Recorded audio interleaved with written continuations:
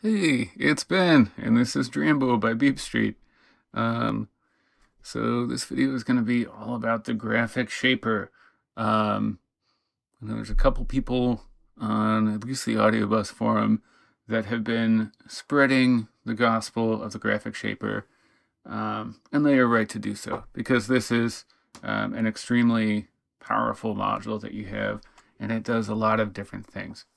So basically, the graphic shaper, from my understanding, I turn my app down a little bit. It is, you can draw a curve, and it will basically shape your signal that's running through it based on the curve. So, it can be used as like a saturation.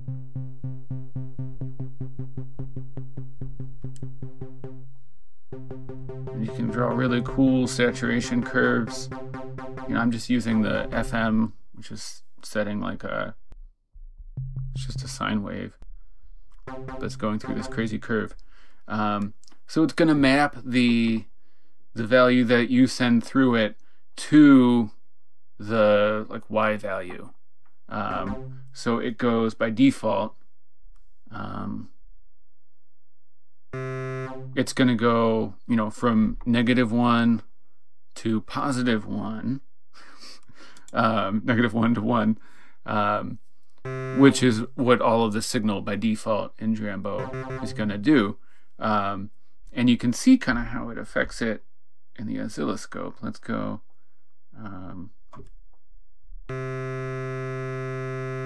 So this is just the sine wave, and then we'll... So if I mess around with this, maybe bring it back to almost normal, not totally normal, you can see, it changes the waveform based on the curve that you draw. Now you can change it to be set for different scales, and that is just going to change, I think, how the values are mapped. So when it's set to lower scale, you can see it's not going through the curve as much. And when you send it to a really high scale, it's going to clip the signal basically, and you'll just get different sounds out of that. But this is not just a saturation unit. You can shape modulation signal, you can shape utility signals that you send through there. So I'm just going to cover a couple of different things, fun things that you can do with it that are maybe not so obvious. So the first thing that I think is pretty cool is you can use the shaper as kind of like a probability unit. So the way you do that is, first we need a random source, and under modulator there's a random number generator. So next I'm going to open the graphic shaper, which is under processors in the shaper distortion section. And by default, shaper is not going to look for a modulation signal, like a CV signal. It's only going to look for audio signal. So you always need to tell it where you want to get input from. So I can use my, here's my random signal. It's jumping all around. I'm either going to change my graphic shaper to not bipolar, so it's going to be in line with my random number generator, or I'm going to switch them both to bipolar. But now all I'm going to do is go into my graphic shaper, and we can't set an exact number probability because I'm not going to be that precise, but let's say I want 50% of the time I want to send out a positive signal, and then 50% of the time I don't want to send a positive signal. So now I can modulate maybe the feedback on this. 50% of the time, or about 50, the random number generator is going to generate a number that's above 0.5. So it's going to send out a positive value from the graphic shaper. 50% of the time, it's going to send a no value. And then you can approximate whatever number you want, and you could have it be like just either on or off, or of course you could draw a curve. So we could say like 50% of the time it's going to be no change in the filter or the feedback on the FM operator, and then the rest of the curve there's going to be like more of an abrupt change. So it could still be just a little bit of feedback or a lot of feedback based on where it hits there. So that's the first little fun thing that I like to do with the graphic shaper. The next one, I think this is really cool. So with some of the, like the knob or the XY pad and even the scenes, basically the mapping is, it's like a linear change. And that's going to be the same for the knob. And, you know, that's fine. Still, we get a lot of control. But if you wanted to, you could use the graphic shaper to actually set a curve on those changes that you're making. So again, you're going to have to tell the graphic shaper, you know, get your input from the knob. Get rid of this, remove.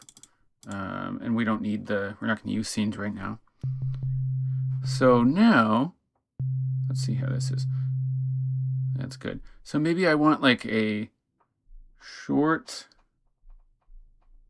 and then pretty steep rise at the end, like that. And then we need to set this to alter something.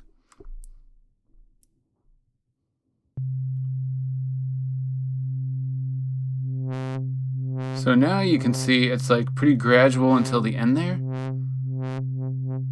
And I just wouldn't necessarily be able to like zero in that control. So I can do that on a knob. I can do that on an LFO.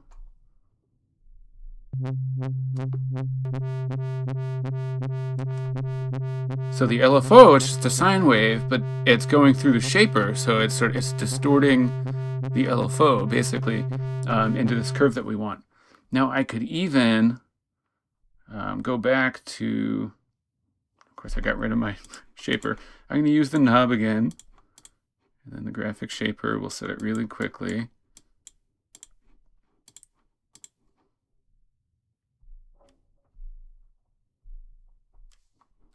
So what we're going to do,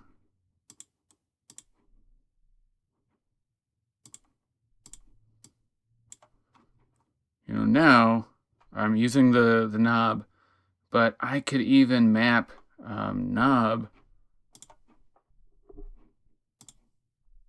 to my scene. So now I have control, kind of like a curve over my scenes, and I could do this with many parameters. You know, the morphs can control even something that doesn't have a modulatable input.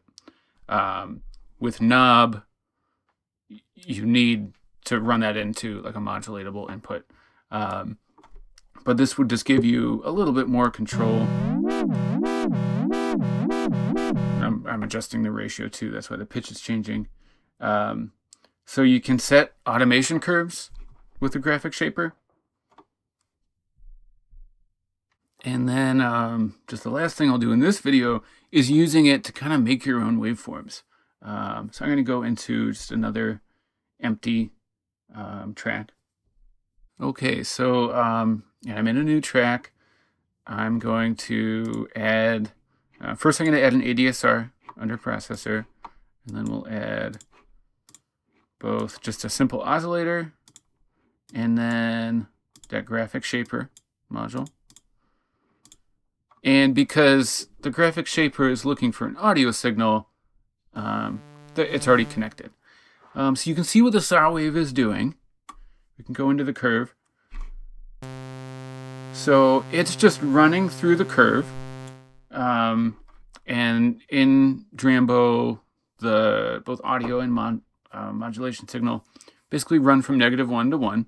So it's going from a totally negative value up to the top. It's basically, this is a saw wave, and we can see what that looks like. We'll do our oscilloscope.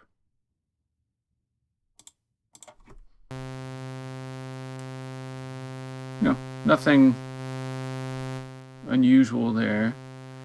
But we can mess with the curve now. So we can change it into like a square wave if we wanted to. We could try and, we can do like a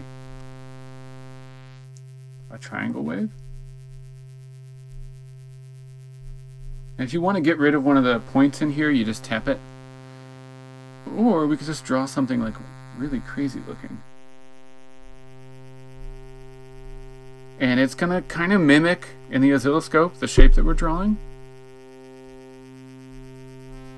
So, you can just play with this and draw any waveform you want. It's going to work most intuitively if you run a saw through it, because it's running from the negative value all the way to the positive value and then snapping back. But of course you can run anything through here. So the sine is going to go up and down in a curve. Triangle is going to run back and forth without a curve. Pulse is going to sound like a pulse. Sort of like a weird pulse. And then you can mess with the scale, obviously. Do whatever you want.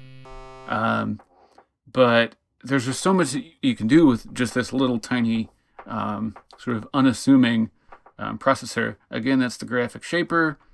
It allows you to shape any signal going through it.